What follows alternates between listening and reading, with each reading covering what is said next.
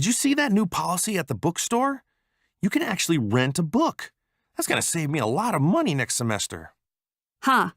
Well, I have to say, it seems a bit strange to me. Half off the price? So, that means it's a used book, right? I don't know. Probably. Interesting idea.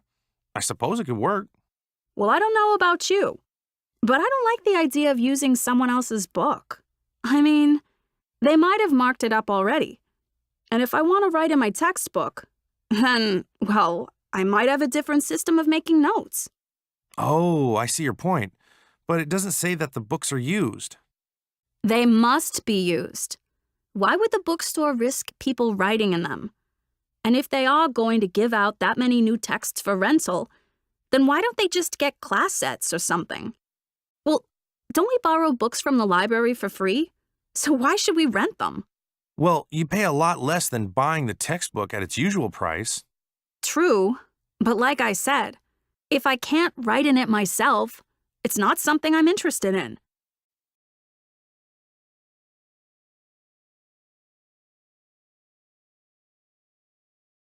So, let's get back to the idea of hybrids.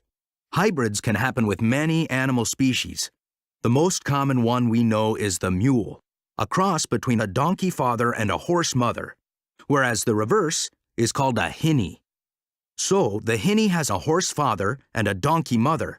Both animals are sterile, meaning they don't reproduce. But there have been many cases where the animals were in fact able to breed. This kind of diversity was important in a way because mules were a new kind of work animal for farmers and for transportation purposes. Another unusual-looking hybrid occurs between lions and tigers. The appearance of these hybrid animals is striking. When the parents are a lion father and a tiger mother, the resulting cat is called a liger. Like the example of the mule compared to the hinny, the liger is also much larger than the tigon, which is what we call the offspring of a tiger father and a lion mother. Ligers seem to have the features of their fathers. They are lion-like in coloring. The tigon usually has more stripes, similar to its tiger father. These hybrid animals have long held fascination for biologists. Some perhaps first perceived them as mutations. However, this was not true. These hybrids are not only limited to lion and tiger crossbreeding. In fact, it is possible for jaguars and tigers to mix, as well as leopards with panthers. The hybridization of these big cats can also result in subspecies if the offspring are able to breed.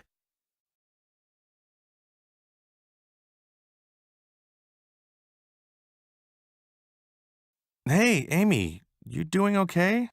Not really. I'm exhausted from trying to juggle my work schedule and my studies. Plus, my roommate is really noisy, and she's on a completely different schedule than I am. So I never sleep. That's not good. What are you trying to do to fix it? I have no idea what to do. I tried talking to her about it, but, she's not really open to suggestions about her behavior. Really? Have you thought of getting someone else to talk to her? I'm not sure that would solve anything now. She'd think I was interfering. Well, I have a couple of ideas. Okay, first, you could talk to your resident advisor because it's part of the advisor's duties to make sure dorm residents maintain respect and, get along. Or you could go to the housing office and make a request for a new roommate. Yeah, I thought about that. But that's a lot of paperwork. Or I have an even better idea. I know some girls who live on the 3rd floor of my dorm, and they have the same problem as you do. They're planning on moving off campus and renting a house together. As far as I know, everyone gets their own room and you'll only share a kitchen and common areas. The only thing is that it's more expensive than the dorm and you'd have to cook for yourself too. That's a lot to think about. I don't mind cooking, but I don't know if I can afford a more expensive place. If you want me to, I can give you Jenny's cell phone number. She's the one who found the house.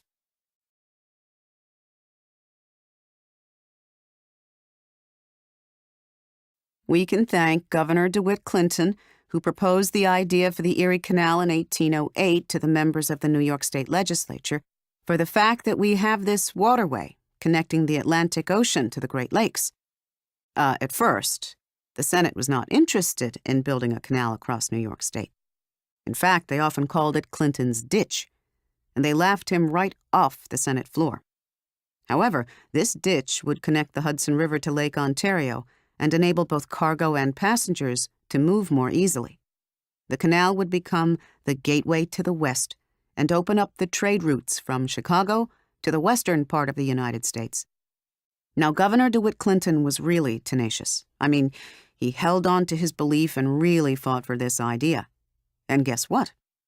In 1817, builders finally began construction on the canal. The Erie Canal took 8 years to complete, which may seem like a long time to you and me, but considering the distance, 363 miles, and all the obstacles its builders would encounter along the way, it was pretty fast. Technological advances in the 19th century helped improve the workers' ability to do things like clear tree stumps and move large amounts of dirt and rocks. When it finally opened in 1825, it stretched from Albany, the state capital, to Buffalo, New York on Lake Erie.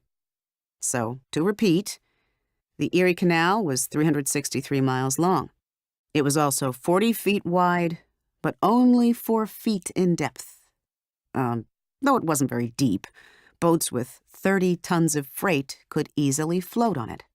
And on the towpath, a narrow dirt path along the side of the canal, mules pulled the boats through the still water at a pace of 4 to 5 miles per hour.